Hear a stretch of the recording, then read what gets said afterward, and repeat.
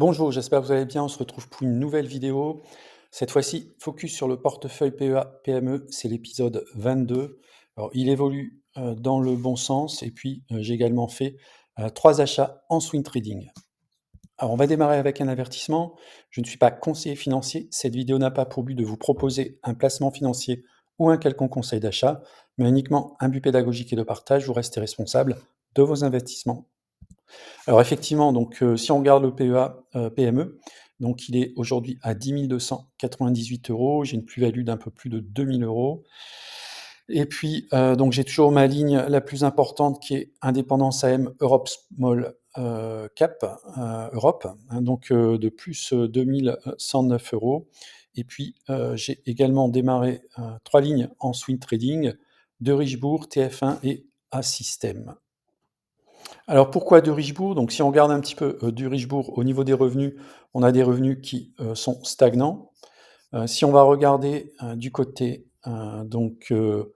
du earning per share, par contre, on voit qu'il y a une très belle progression ici de plus, 10.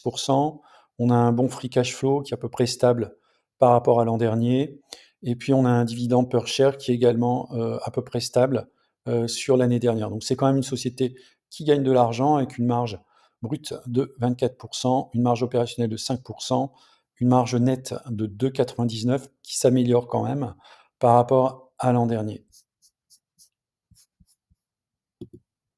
Si on regarde au niveau des ratios, donc on a un PI qui est quand même un price earning ratio, qui est, relativement faible à 8,95, même si historiquement il a toujours été quand même, en moyenne relativement faible. Mais on voit quand même qu'il y a une tendance à être aujourd'hui, relativement faible par rapport à une moyenne historique. Hein, donc on peut envisager, techniquement, que le cours se redresse. Alors, c'est une société qui verse du dividende de l'ordre de 0,13 € par action. Donc, ça vous donne un rendement du dividende de l'ordre de 2,17 et là, on voit quand même que globalement, le dividende croît, même si quand même en 2023 et 2024, il y a eu une baisse. Alors sur de Richebourg, en fait, l'approche du swing trading, c'est d'utiliser, donc Ichimoku. Donc avec notamment une fourchette d'Andrews et donc on est actuellement sur le bas de la fourchette. Donc j'ai un objectif, au niveau, de Richebourg, un niveau assez élevé, qui va se trouver autour des 7,50 €. Alors il y a pas mal de niveaux à franchir. On les voit ici, 6,13 €. Ensuite, on a ici un plus haut historique sur une période assez récente qui est autour de 6,47 €, pour aller chercher ici un niveau, assez haut qui serait autour des 7,70 €. Mon stop loss, alors je l'ai positionné légèrement ici en dessous, du point bas assez récent qui est dans la fourchette, qui se situe ici autour des, 5,30 €. La deuxième valeur, c'est TF1. Alors TF1, si on regarde au niveau, financier, donc on a des revenus qui sont en légère progression, si on regarde sur les 10 dernières années, avec une stagnation ici par rapport à, l'année dernière, si on compare les périodes équivalentes. Alors si on regarde le earning per share, il est légèrement en baisse par rapport à l'an dernier, 0,89. On a des marges qui sont tout à fait correctes, une marge d'EBITDA de 16 et puis, ici une profitabilité qui est également positive de l'ordre de 8. Au niveau dividende, donc c'est une société qui a un très bon rendement, hein, donc si elle maintient son niveau de dividende, je pense qu'elle sera capable de le faire. On est au cours actuel à un peu plus de 7 de rendement avec un payout ratio de 67, 0,60 €, de dividende. On peut voir à part ici entre l'année 2016 et 2017, mais le dividende est en progression constante sur les 9 dernières années. Alors en swing trading au niveau de TF1, je me suis mis ici au niveau, journalier. Donc on est légèrement bloqué par le nuage, donc si on arrive à passer par-dessus le nuage, on a un objectif qui peut être intéressant autour des 9,13 € et puis une zone potentiellement, de vente. Alors à titre personnel, je n'ai pas mis de stop loss. Si l'action baisse, je renforcerai sur des niveaux inférieurs. J'aurai un prix de revient autour des 8,40 €, donc dans ces eaux-là ici, légèrement, ouais, un petit peu plus haut. Dans ces eaux-là, autour des 8,40. Je renforcerai éventuellement si on retourne notamment autour des 8 €, 8,10 €. Alors pourquoi j'ai pas mis de stop loss? Bah, tout simplement parce que c'est une action qui a un bon rendement, donc ça me dérange pas de la garder un petit moment dans le PEA-PME. L'action suivante, c'est Assystem. Alors Assystem, si on regarde au niveau du revenu, il y a quand même une récurrence de la croissance, du revenu. Oups, voilà, ici, donc on voit quand même depuis à peu près 2016, on a quand même un revenu, croissant. Donc c'est une société qui gagne de l'argent. Donc si on regarde le earning per share, même s'il a fortement baissé ici entre 2023 et 2024, on a quand même une société qui est profitable. On a une marge brute qui tourne autour des, 27. Par contre, la marge nette, on voit quand même ici, il y a un petit souci sur les, 24 dernières, pardon, les 12 derniers mois.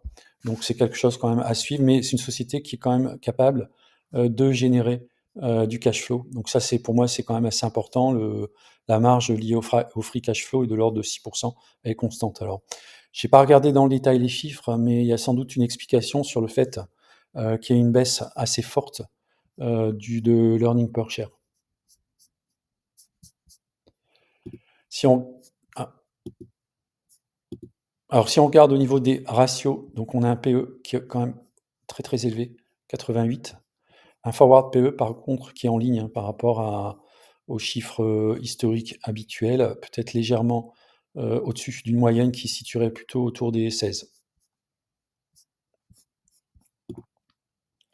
C'est une société qui verse du dividende, c'est pas extraordinaire, 1 € de dividende, donc un pourcentage de rendement de 2,09. Alors je vois un payout ratio qui est énorme. Je ne sais pas, l'expliquer. Pourquoi je suis rentré sur Assystem? Donc on voit déjà au niveau journalier, on est au-dessus, du, nuage, hein, donc on est dans une logique ascendante et puis, on voit qu'on est plutôt en trend following. Alors il y a quand même un niveau à passer qui est le niveau ici des 42,80. Si on arrive à le passer, on pourra aller très largement, retrouver, vous voyez un deuxième niveau ici au 51,49, puis après aller rechercher les plus hauts historiques qui se situeraient autour des 60 € sur Assystem. Alors pour les abonnés premium, 7,99 €. Je rentre un peu plus dans le détail sur les raisons pour lesquelles je suis rentré sur ces 3 valeurs. Alors maintenant, si on regarde donc Indépendance AM, hein, qui est ma plus grosse ligne de mon portefeuille, 78.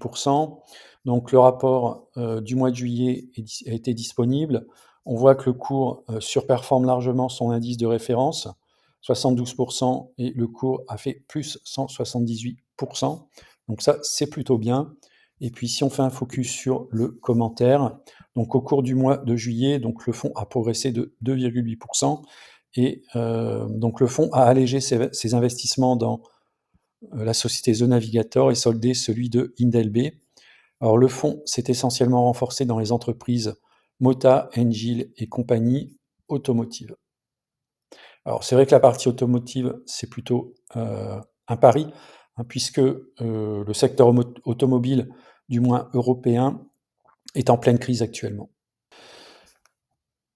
Sur la deuxième page, ce qu'on peut voir, c'est les principales variations. Donc on voit par exemple que Next, Hansa, Eugottoliner, Mota Engil et MT Euguard a bien monté, hein, plus de 15.